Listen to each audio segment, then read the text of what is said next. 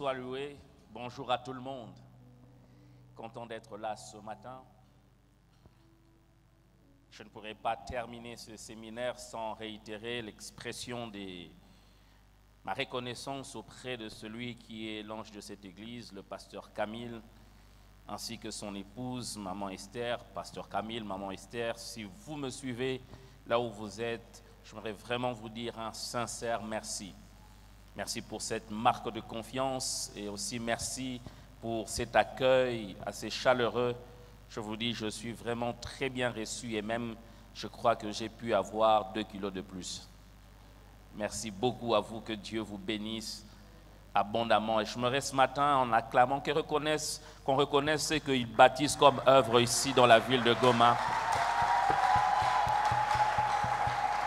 Un merveilleux couple, un leadership exceptionnel. C'est de pareils hommes dont nous avons besoin, ceux-là qui reflètent Christ. Mais aussi dire merci à toute l'équipe, le pasteur André, ainsi que tous ceux-là qui l'accompagnent dans cette œuvre. Un très grand merci à vous. Oui, pourquoi pas acclamer pour eux aussi. Ils bâtissent un merveilleux travail. En ce dimanche où nous célébrons la résurrection de Jésus-Christ, j'aimerais bien conclure mon séminaire en parlant de cela, mais l'Esprit de Dieu m'a conduit à apporter juste un message d'encouragement pour quelqu'un. J'aimerais juste encourager quelqu'un. Et le message d'aujourd'hui, ce n'est pas vraiment un message formel, structuré, comme ayant l'herméneutique parfait, l'homilétique. Non, le message d'aujourd'hui, c'est un peu l'expression de ma vie que j'aimerais partager avec vous. Et le petit thème que j'ai pris ce matin est formulé comme suit: Nazareth, une ville méprisée. Nazareth, une ville méprisée. Ceux-là qui ont leur Bible, j'aimerais bien nous inviter à partir à la rencontre de cet évangile, l'évangile de Jean, chapitre 1er. Nous lirons du 43e au 46e verset.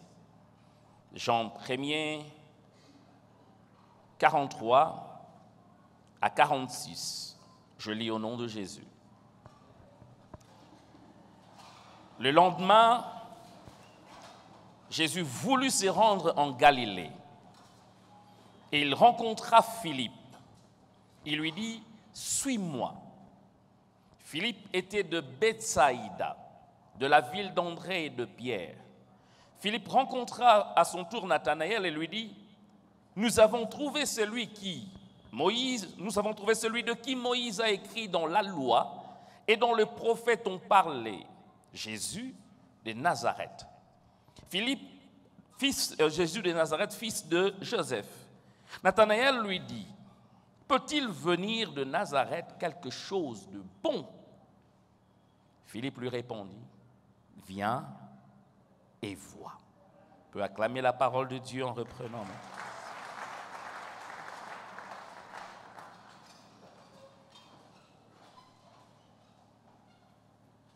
Nazareth, une ville méprisée.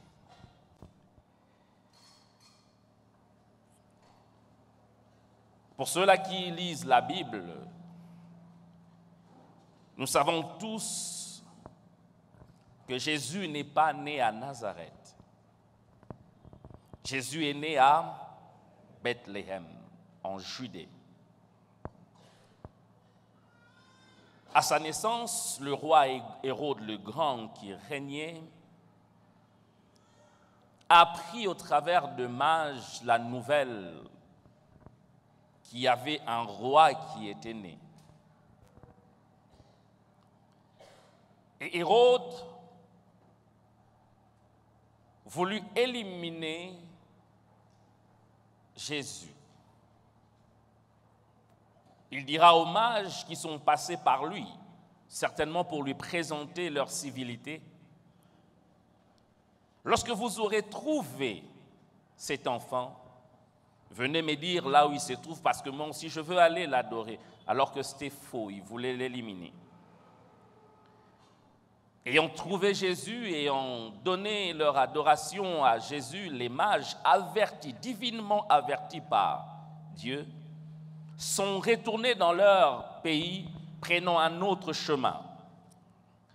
Et lorsque Hérode s'est vu joué par les mages et pris de colère, il donna à ce qu'on puisse éliminer tous les nouveau-nés.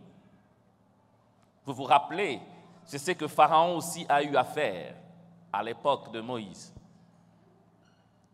Dans l'histoire, on appelle ces massacres le massacre des innocents. Si vous entendez quelque part dans l'histoire, on dit massacre des innocents, c'est le massacre qu'a perpétué Hérode le Grand à l'époque. Massacre des innocents, où les enfants sont morts comme ça, parce qu'ils voulaient éliminer un enfant qu'ils n'arrivaient pas à bien localiser. Mais divinement averti par l'ange, Joseph descend en Égypte avec son épouse, Marie. Ils sont restés là-bas jusqu'à ce que Hérode le Grand mourut. Et l'ange est venu encore lui dire, remontez en Israël parce que celui qui en voulait l'enfant est déjà mort. Lorsqu'ils sont revenus, Joseph, et qu'il a appris que le fils d'Hérode, Archélaüs, avait succédé à son père, Joseph se retira du côté de la Galilée et s'établit à Nazareth. Il est né à Bethléem. Quand ils sont rentrés, ils se sont établis à Nazareth. Nazareth était l'une des villes peu importantes de la Galilée. En termes de distance de Jérusalem, Nazareth était à 150 km de Jérusalem, quand même assez éloigné, et à 159 km de la ville de Bethléem où est né Jésus. Jérusalem, Bethléem étaient des villes de référence à l'époque, et même maintenant pour Jérusalem, mais pas Nazareth. Dans les Écritures, particulièrement dans les Évangiles, Nazareth est cité 29 fois. Dans les Évangiles et dans les Actes des Apôtres. L'Ancien Testament ne fait même pas mention de Nazareth, ni prophétiquement, ni historiquement.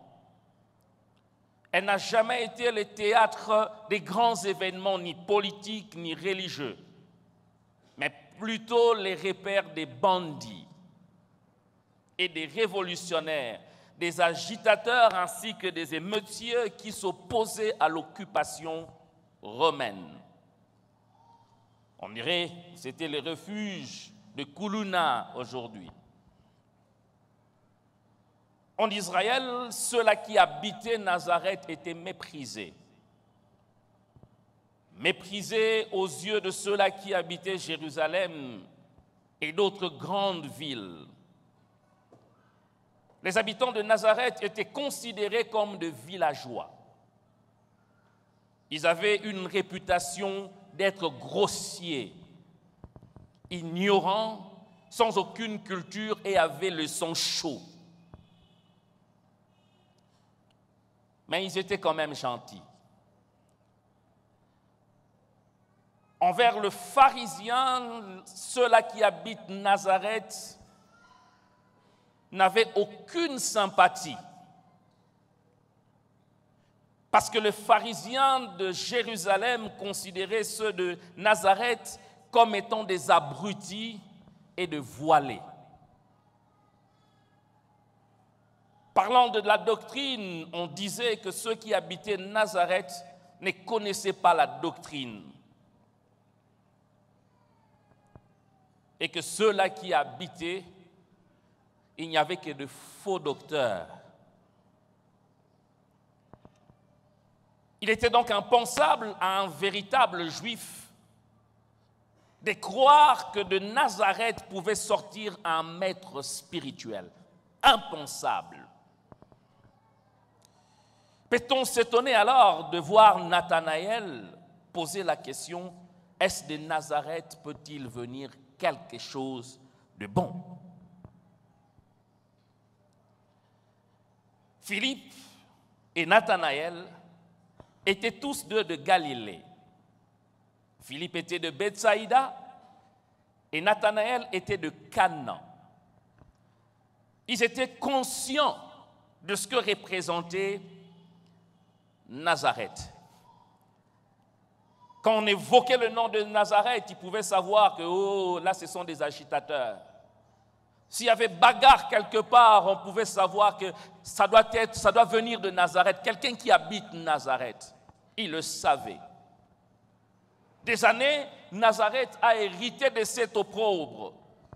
Une ville d'agitation, une ville méprisée où des vauriens sortaient. Peut-il sortir quelque chose de bon de Nazareth? Écoutez la réponse de Philippe. Viens, vois seulement. En d'autres termes, Philippe ne contredit pas Nathanaël. Parce qu'il savait que Nathanaël disait vrai. Il lui dit, je n'ai aucune réponse à te donner. Mais viens toi-même et voir. Si c'est le cas, tu tireras toi-même la conclusion. C'est quoi donc un mépris?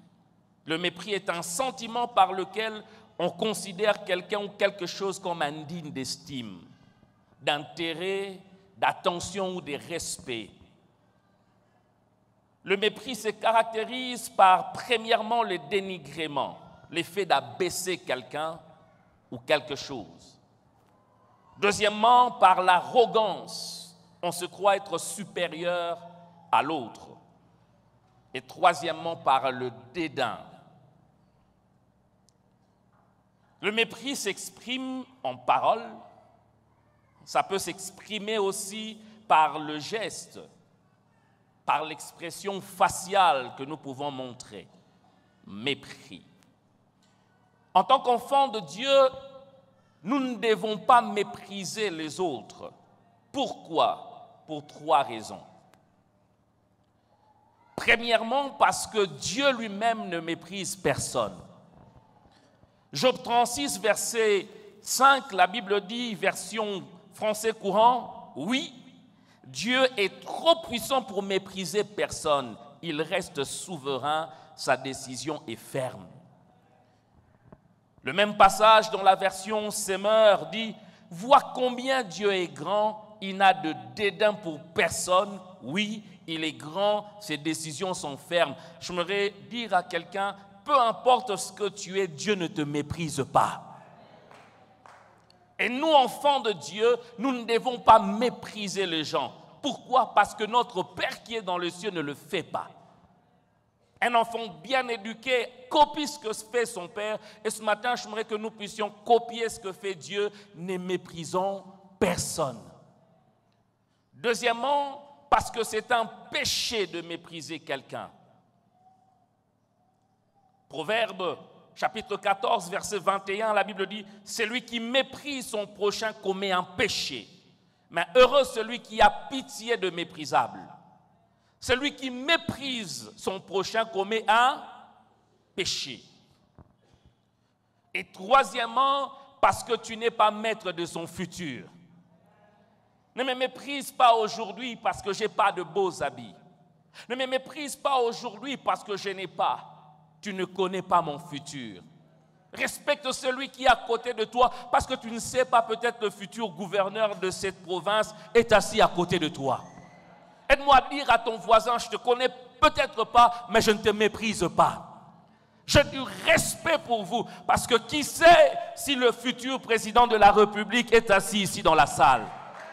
Oh, je pensais que tu étais là, tu allais donner un bon amen. Ne méprisez personne parce que tu ne connais pas son futur. Lorsque tu le regardes, il n'a peut-être pas de forme, il ne ressemble peut-être à rien, mais celui qui l'a créé connaît son futur. Ceux-là qui ont méprisé Joseph, ses frères, se sont rendus compte après qu'il était méprisable hier, mais c'est lui qui les a sauvés demain. Je voudrais dire encore à quelqu'un, on te méprise aujourd'hui, mais on ne connaît pas ton futur. Si tu ne me respectes pas pour le présent, respecte-moi quand même pour mon futur. Parce que puisque tu ne le connais pas, peut-être demain je serai ton chef. Potiphar, tu me mets en prison aujourd'hui, c'est bien. Mets-moi en prison avec respect, parce que demain tu viendras faire des courbettes devant moi. Alléluia. Et dans la Bible, nous avons trouvé beaucoup d'exemples de gens qui ont été méprisés. Souvenez-vous de David, quand il allait combattre Goliath, Goliath méprisa David. Il ne voyait en lui qu'un petit enfant beau, mais pas fort. Michal aussi a méprisé David alors qu'il était en train de danser, tout comme mon frère tout à l'heure devant l'arche de l'Alliance. Michal, sa femme, l'a méprisé. Quel est ce roi qui danse comme ça devant son peuple? Méprisé par Saül. Joseph, méprisé par ses frères. Même Néhémie aussi, alors qu'il était en train de rebâtir les murailles de Jérusalem, méprisé par Tobija et Sambala. Écoutez ce qu'il dit dans Néhémie chapitre 4, verset 1er jusqu'au verset 4e. Néhémie dit, la Bible dit, lorsque Sambala apprit que nous rebâtissions la muraille, il fut en colère et très irrité. Il se moqua de Juifs et dit devant ses frères et devant les soldats de Samarie, à quoi travaillent ces Juifs impuissants? Les laissera-t-on faire? Sacrifieront-ils? Vont-ils achever? Redonneront-ils vie à des pierres ensevelies sous des morceaux de poussière et consumées par le feu? Tobija, l'ammonite, était à côté de lui et il dit qu'ils bâtissent seulement. Si un renard s'élance, il renversera leurs murailles de pierre. Écoutez ce que Néhémie dit. Écoute, ô notre Dieu, comme nous sommes méprisés. Fais tomber leur insulte sur leur tête et livre-le au pillage sur une terre où ils soient captifs. Ils étaient en train de rebâtir, mais les gens se moquaient d'eux. Tu es en train de faire peut-être ton commerce, vous avez commencé ce chemin avec ton épouse, mais les gens se moquent de vous. Que de maris qui sont méprisés par leur épouse, simplement parce qu'ils n'ont plus de quoi mettre la nourriture sur la table. Méprisés. Que l'on cite les hommes qu'on te cite aussi. Mépris. Il y a des femmes qui savent parler. Hein. Quand ils abaissent leur mari comme un moins que rien. Que de maris qui méprisent aussi leur femme. Quand ils le regardent, c'est comme si elle ressemblait à un rideau. Mépris. Parler hier avec des amis, mais raconter l'histoire d'un homme qui méprisait son épouse. Parce que simplement, elle avait pris du poids. Il lui disait, moi, je ne peux pas sortir avec toi. Regarde, tu es grosse comme un ballon. Mépris. Il y a des enfants qui sont méprisés par des parents. Parce qu'à l'école, ils ne sont pas trop brillants. Au lieu d'encourager, ils méprisent. Moi, quand j'étais à l'école, comme tout bon parent qui se respecte, ils étaient toujours les premiers de la classe. Moi, quand j'étais à l'école, j'étais premier, mais toi, regarde, tu es né de qui, toi? Et même les chrétiens le font. Que de travailleurs qui sont méprisés par leur patron. Des aides-ménagers, aides-ménagères qui sont considérés comme des esclaves. Et pire encore, même nous, enfants de Dieu qui nous les employons, nous les considérons comme esclaves. Quand nous nous mangeons sur notre belle table, achetée à des milliers de dollars, eux, à peine, ils mangent soit dans la cuisine ou à l'extérieur. Mépris. Ce qui est triste aujourd'hui, ceux-là qui roulent dans des jeeps, ils méprisent nous qui avons de ketch. Et nous qui avons de ketch, nous méprisons ceux-là qui ont des wewa. Et pire encore, ceux-là qui ont de wewa méprise, nous qui sommes piétons. Mépris. Que de projets qui sont méprisés. Il a son projet, il veut commencer, mais on méprise, ça n'ira pas trop loin. Que des gens qui sont méprisés parce qu'ils habitent chez autrui. Les circonstances de la vie n'ont pas été celles qu'elles devaient être. Et momentanément, il habite chez toi et tu le méprises. C'est triste si on retrouve dans l'Église ceux-là qui méprisent les autres. On méprise l'autre parce qu'il n'a pas de beaux habits comme toi. Ils ne sont pas bien, il n'a pas le parfum Gucci comme toi, tu le méprises. Il n'a pas de diplôme comme toi, tu le méprises, tu le mets même à côté. Tu le regardes, tu regardes ses chaussures, tu dis lui il n'est pas de mon niveau. Je me posé la question, toi tu es de quel niveau? Lui n'est pas de notre classe, toi tu es de quelle classe? Secondaire, sixième, quelle classe? Le Dieu saint a accepté de vivre avec nous les hommes. Et toi qui n'es que mortel, un jour tu partiras, tu regardes l'autre comme un moins que rien. Je voudrais te donner une bonne nouvelle, tout ce que tu as, tu le laisseras ici. Alléluia. Ce que j'aime avec Christ, lorsque Judas est venu arrêter avec les militaires, quand ils sont venus arrêter Jésus, il leur a dit ceci: je vous donnerai un signe. Vous savez pourquoi? S'il n'avait pas donné un signe, ces gens allaient risquer d'arrêter Pierre. Parce que Jésus était confondu avec les autres. Il vivait humblement avec eux. Il mangeait avec eux. On pouvait les confondre parce qu'il était humble. Je voudrais dire à quelqu'un que l'humilité de Jésus soit ton partage. Si Dieu te bénit et te donne une Jeep, rends grâce à Dieu, mais n'en fais pas un sujet de mépris pour les autres. Hier, il y a des gens qui roulaient carrosse, Jeep, mais aujourd'hui, ils sont devenus de piétons. J'aime comme mon pasteur dit, la vie, c'est comme la mâchoire de la chèvre. Aujourd'hui, c'est toi, demain, c'est l'autre qui aura. Alors, ne fût-ce que pour cela, ne méprise pas celui qui a un seul pantalon jeans. Ne méprise pas celle qui s'est fait toujours tresser par les mains. Ne le méprise pas parce que tu ne connais pas son lendemain. Alléluia. J'aime ces cantiques qui disent: mes lendemains sont entre ses mains. Parce qu'il vit, je n'ai rien à craindre. Parce qu'il vit, je peux dormir aujourd'hui avec de l'eau qu'on appelle Maya Lobo chez nous.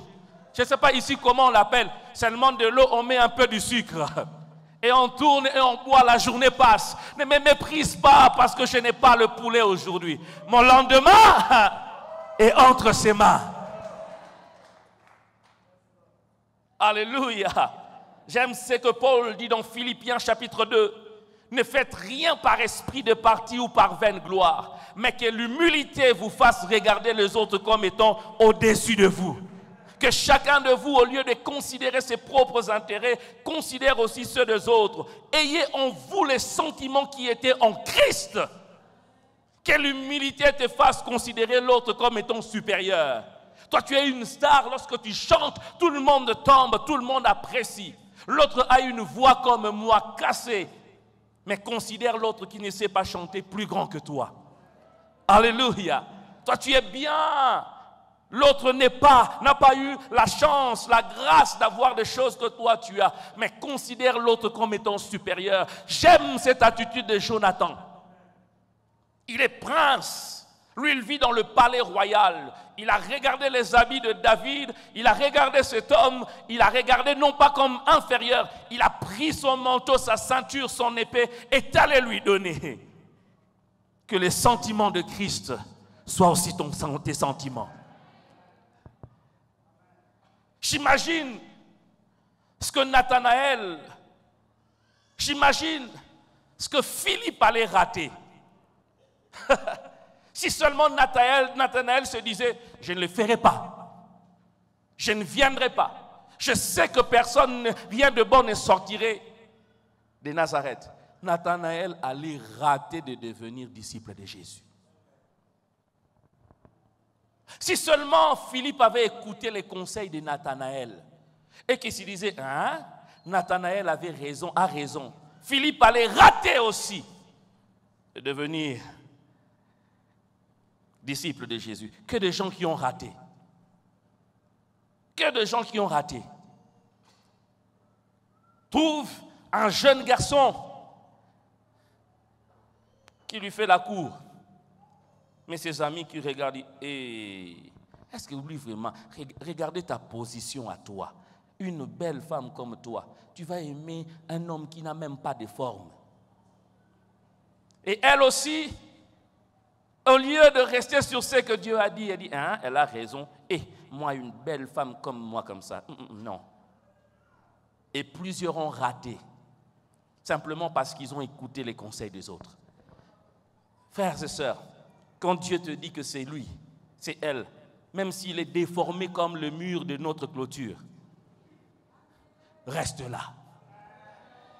Il est sans forme aujourd'hui, mais le Dieu de sans forme s'est donné la forme demain. Alléluia. Comme je l'ai dit, ne méprise personne parce que tu n'es pas maître de son futur. Israël attendait le salut d'ailleurs. Ils attendaient un Messie qui allait venir et leurs yeux étaient tournés peut-être vers Jérusalem. Leurs yeux étaient peut-être tournés vers Bethléem, mais jamais vers Nazareth. Ils pouvaient se dire, Dieu, le Messie va venir, certainement de Jérusalem, mais pas de Nazareth. Une petite ville comme Nazareth où il y a des brigands, le Messie viendra de là. Non, non, non, non, non. Nicodème, défendant Jésus auprès du Sanhédrin, les Sanhédrins lui disent, dans Jean 7, 52, cherche bien, tu verras. Donc, aucun prophète ne vient de la Galilée. J'aimerais dire à quelqu'un, Dieu a caché ton histoire aux prophètes. Alléluia. Ce n'est pas parce qu'on n'a jamais prophétisé sur toi que tu n'as pas un avenir. Ok? Ce n'est pas parce qu'on n'a jamais prophétisé sur toi que tu n'as pas un avenir. Non. Ce n'est pas parce que tu n'as pas une promesse claire que tu n'as pas un avenir. Nazareth n'avait pas une promesse dans l'Ancien Testament, mais ce n'est pas à cause de ça que Nazareth n'avait pas d'avenir. Si Israël savait que le Messie allait venir de Nazareth, tous leurs yeux seraient fixés sur Nazareth. J'aimerais dire à quelqu'un, je ne veux pas que les gens t'approchent à cause de ton futur. Que les gens ne t'aiment pas parce que tu vas devenir, mais que les gens t'aiment parce que tu es. Que Dieu te donne les amis, que Dieu te donne le frère, qui ne sont pas capitalistes, qui ne viennent pas à côté de toi par intérêt, mais qui t'aiment tel que tu es. Que les gens te respectent parce que tu es et non pas à cause de ton futur. Alléluia. Oh. Dieu a un avenir avec toi. Mon pasteur, le pasteur Atoms dit toujours, l'avenir commence quand Dieu est dans l'histoire. Quand Dieu entre dans l'histoire, celui qui n'avait pas d'histoire hier, Dieu commence une histoire avec lui. Alléluia. Même si votre famille n'a pas une histoire, ah non, mais Dieu commence une histoire avec toi. On ne connaît peut-être pas le nom de votre famille, ce n'est pas grave. Mais par toi, votre famille sera connue parce que l'histoire commencera avec toi. Est-ce que vous connaissiez le nom de mon père? Non, mais vous connaissez aujourd'hui que mon père s'appelait Mbala à cause de moi. Je le proclame et je le déclare. Le Dieu de l'histoire va commencer une histoire avec toi. Donne-moi un amen, je veux te bénir. Non pas seulement qu'il va commencer une histoire, mais Dieu fera de toi l'ancêtre dans l'histoire. L'ancêtre, c'est celui qui commence. Alléluia. On pose la question au papa de Jean-Baptiste, mais dans la famille, ici, il n'y a personne qui ne s'appelle Jean. Il dit, Dieu m'a dit, il s'appelle Jean. Il a commencé l'histoire de Jean dans cette famille, comme toi ce matin, Dieu te prend et tu commences une histoire dans ta famille. Ce que j'aime dans l'histoire, on ne peut jamais effacer l'histoire. On n'effacera jamais des choses que Dieu fera pour toi. Parce qu'il t'a choisi dans cette famille, dans cette église, dans cette nation, pour commencer une histoire. Alléluia. Même si ton nom n'est pas dans l'histoire, mais Dieu t'imposera dans l'histoire. Regarde à Galilée, il n'y a jamais eu de prophètes qui ne sont sortis de Galilée. Ça, ce sont des docteurs de la loi qui le disent. Effectivement, il n'y a jamais eu de prophètes qui sont sortis de la Galilée. Ce n'est pas un problème. Cherche bien, tu verras. Il n'y a jamais eu de prophètes qui sont sortis. Mais ce que tu ne savais pas, c'est qu'un prophète était entré en Galilée. Cherche bien dans cette famille, tu verras qu'il n'y a aucun garçon qui n'a de diplôme. Ce n'est pas grave. Lui commencera l'histoire des diplômes dans cette famille. Alléluia. Cherche bien dans cette église, tu verras, il n'y a aucun prophète qui ne peut sortir d'un jour nouveau. Regarde bien, il y a un prophète qui est là. L'histoire n'a peut-être pas parlé de toi, mais l'histoire vivra ce que tu vas devenir.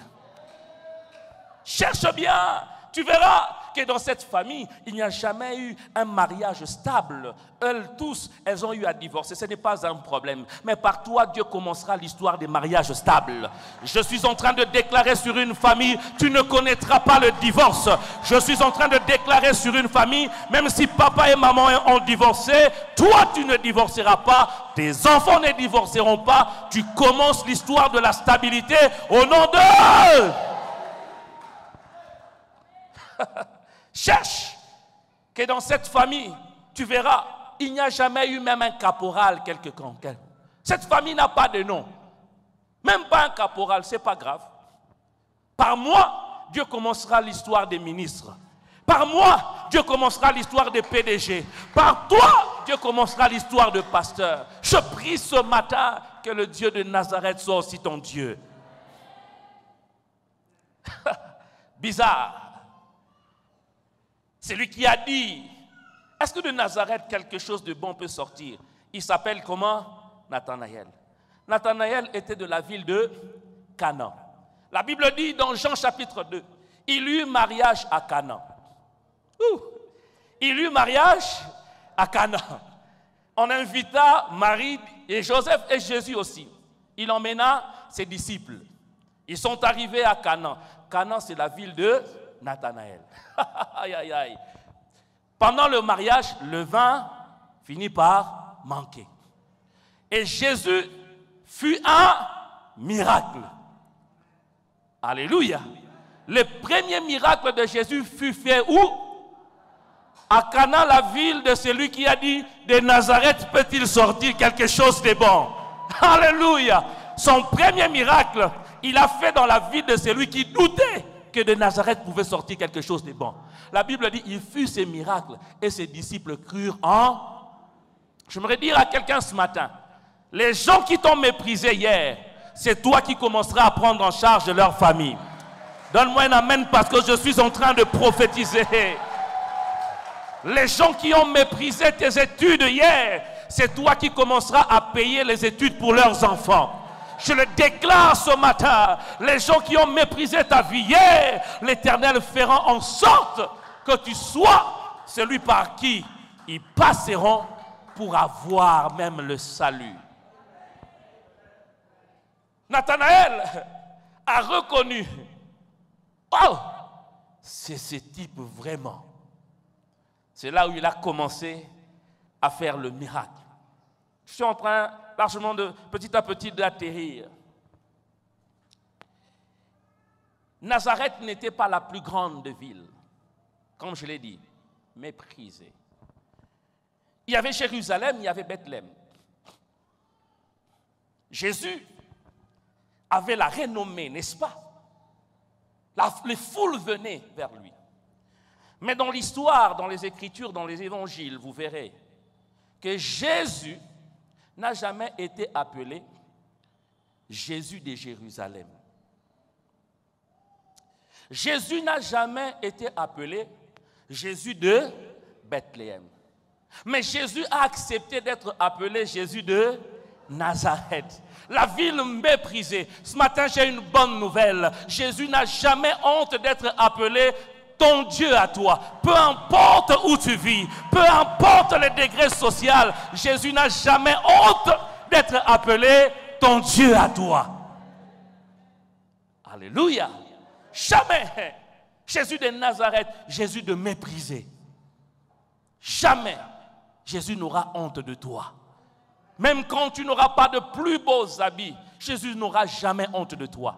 Même quand tu ne parleras pas le meilleur de français, Jésus n'aura pas honte de toi. Même si tu n'auras pas ces diplômes de master ou des doctorats, Jésus n'aura pas honte de toi. Même si tu parles un français lambrisé, Jésus n'aura pas honte de toi.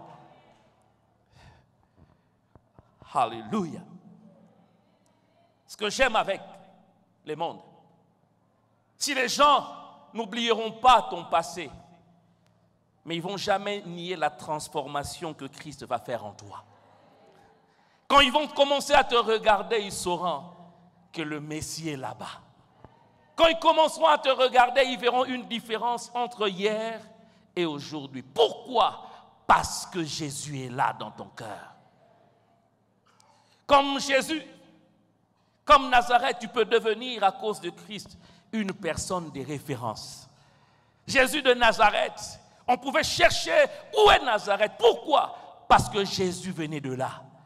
Tant que Jésus sera dans ton cœur, il fera de toi une personne de référence. Dans la vie, ce qui sort dépend de ce qui entre. Ce que Nathanaël ne savait pas, c'est que Nazareth d'hier, il y avait Jésus qui était entré dedans. Il était entré timidement. Personne ne savait que le Messie était à Nazareth. Mais Jésus-Christ, lorsque son temps est arrivé, tout le monde a su qu'il était là. J'aimerais dire à quelqu'un, peut-être que quelqu'un, dans son cœur, il ne sait pas que Jésus est déjà entré là-bas. Merci beaucoup, maman. Que Dieu te bénisse. Hein? Tu as déjà accepté Jésus, mais personne ne sait. Alléluia. Tu as déjà accepté Jésus, mais personne ne sait. On te regarde seulement comme ça, oh, quelque chose de bon peut-il venir de lui? Mais laisse croître Jésus en toi. Comme Nazareth. Nazareth avait accueilli Jésus. Et Jésus a grandi à Nazareth. Et après, on a su que le Messie venait de là. Laisse simplement Jésus-Christ croître en toi. Ce qui fera de Nazareth, ce qui fera en sorte que Nazareth passe d'une ville méprisée à une ville de référence, c'est Jésus qui grandit en nous. Ce matin, j'aimerais encore encourager quelqu'un. Laisse Jésus croître en toi. Beaucoup de gens reçoivent Jésus, mais ne laissent jamais Jésus croître en eux.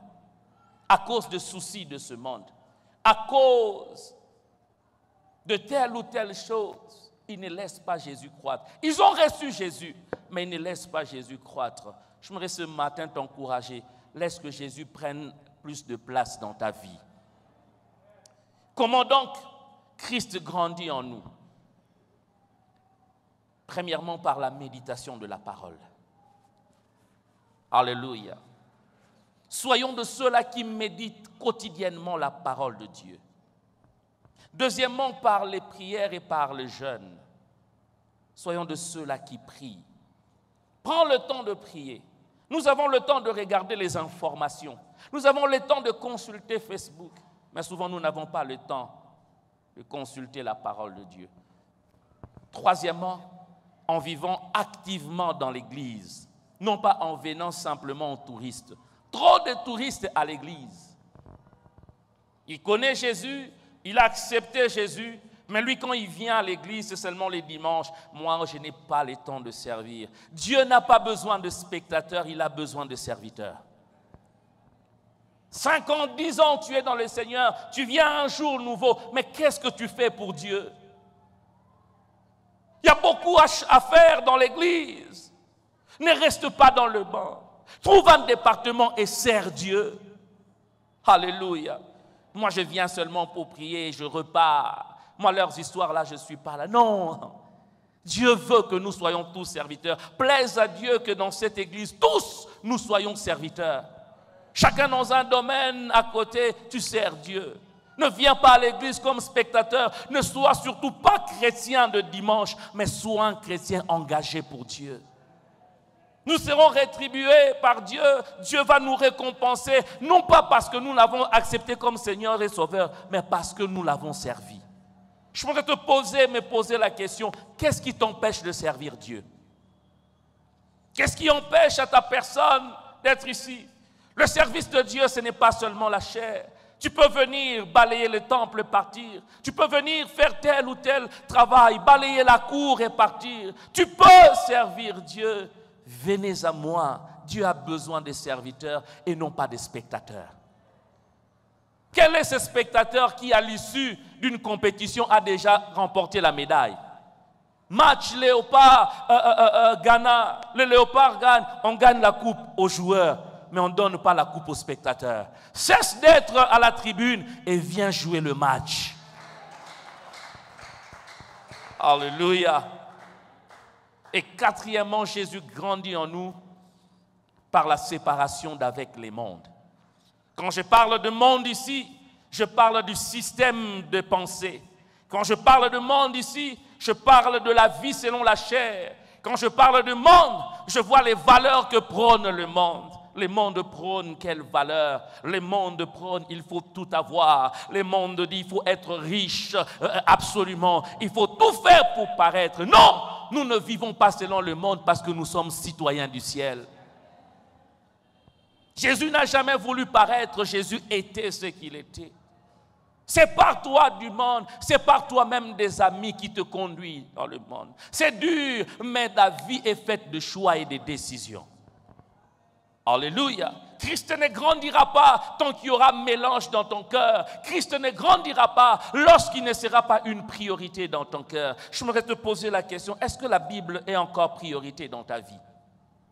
Est-ce que le matin, quand tu te réveilles, la première des choses que tu cherches, c'est la Bible ou ton téléphone? Lorsque tu te réveilles le matin, la première des choses que tu consultes, c'est la parole de Dieu ou bien Facebook. Quelle est l'information que tu cherches la première à voir? Est-ce l'information venant de Dieu ou l'information venant de France 24? Frères et sœurs, Christ doit grandir en nous séparant du mal. Christ doit grandir en nous en devenant une priorité. Christ doit grandir en nous en faisant le choix. Frères et sœurs, ne laissez jamais les réseaux sociaux prendre la plus grande place dans votre cœur. Ne laissez jamais même l'information France 24 tout prendre le dessus. Que la parole de Dieu soit prioritaire en nous. Que de gens qui connaissent les infos au quotidien, mais qui ne maîtrisent même pas la parole de Dieu. Alléluia. Christ grandira en nous si sa parole prend plus de place en nous. Il va grandir en nous si on se détache du mal. Et cela est un choix. Permettez-moi de conclure en vous donnant cette histoire. Je disais que cette histoire était l'expression propre de ma vie. Ce que Nazareth a connu, ce que ma petite vie à moi a connu. Le mépris, c'était ma nourriture au quotidien. La souffrance, moi, je ne l'ai pas connue dans les dictionnaires, je l'ai vécue. Chercher la nourriture, je sais ce que c'est aller chez les amis, aller chercher la nourriture. Parce que vous n'en avez pas. J'ai vu comment ma mère était méprisée par ses amis. Quand on pouvait identifier les pauvres, nous étions identifiés en excès comme pauvres. À l'école, je pouvais aller toute une année avec une seule tenue. Je regardais encore mon uniforme de la 4e. Je disais, j'allais comme ça, transparent. Je dis, est-ce que ça c'est un uniforme ou un sachet? À une époque de ma vie, je suis allé à l'école avec une seule chaussure. Grandement trouée ici. Même s'il pleut, je ne pouvais que porter. Ça séchait sur mes pieds. Combien de fois n'ai-je pas tremblé parce que j'ai marché sur des câbles? Mais c'est seulement Dieu qui m'a protégé. Je pouvais faire le pied, je ne sais pas combien de kilomètres quittant de chez moi jusqu'à l'école, aller-retour. Je pouvais regarder les autres, j'avoue que le complexe avait gagné ma vie. C'était dur. Les jours où il y avait viande à la maison, Je posais la question, quel ange est passé par ici? Compliqué à vivre. Compliqué, très compliqué.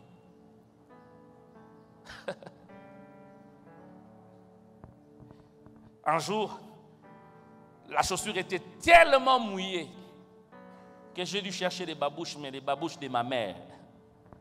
Imaginez les babouches de ta mère, les babouches d'une femme. Mais j'ai quand même mis, je suis allé à l'école. J'étais aussi très brillant, très intelligent. Je suis allé comme ça. Que faire?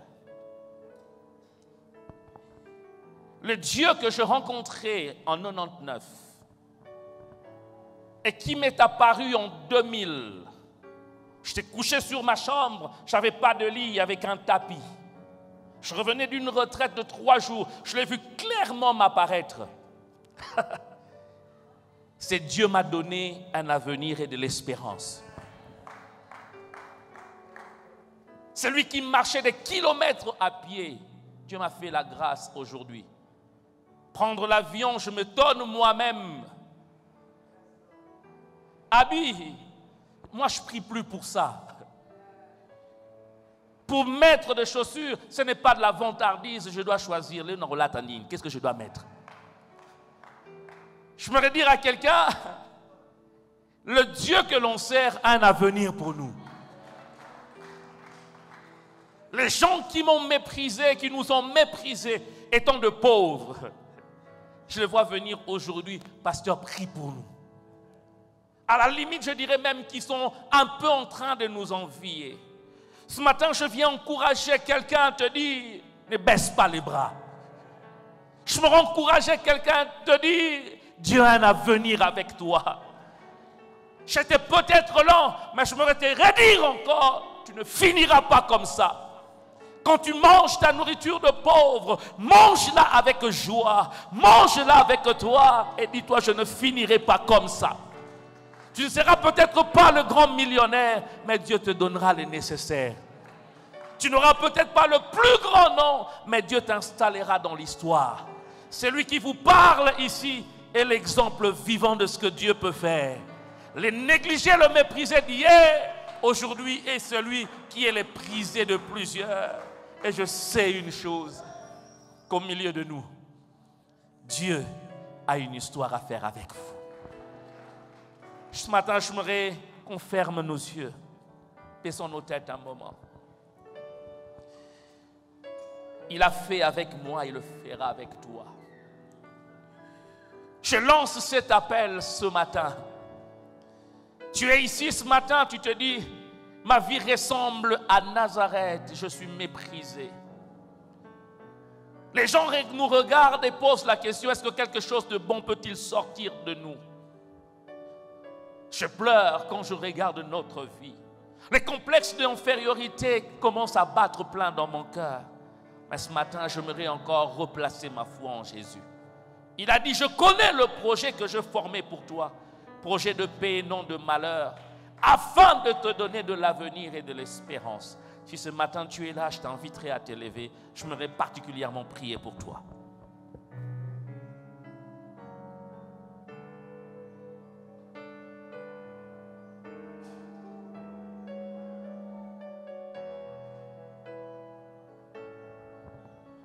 Alléluia.